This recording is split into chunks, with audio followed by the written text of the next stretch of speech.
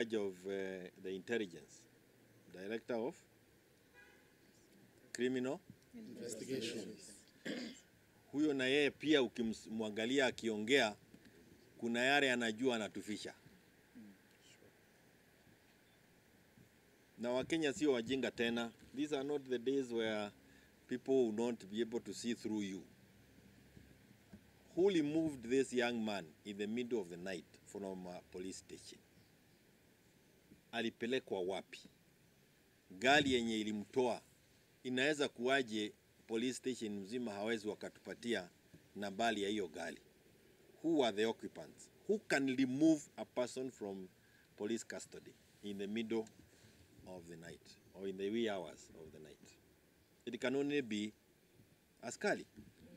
So this to me is actually a state-sponsored killing. And it is not isolated. They killed the Gen Zs last year. They have continued the killing until now they have killed Albert. Na ni sisi tu tunaweza jisaidia. IPOA is meant to be independent of the police national service. But when they are issuing statements, when they are appearing in places, they are appearing in the presence of the police officers. In fact, some of the information is being shared to us by the police themselves. Yet, IPOA is supposed to investigate the police officers who took part in this. So I expect very little from IPOA. In any case, if there is much we expected from IPOA, Isaac Hassan will have been available. Why would he find it necessary to travel out of the country when we are looking at an issue of this nature as a country? The casualness that they are addressing this issue is something that we as Kenyans must condemn. And I again say that it is upon us Kenyans to ensure that Lagat ametoka kwa hiyo ofisi.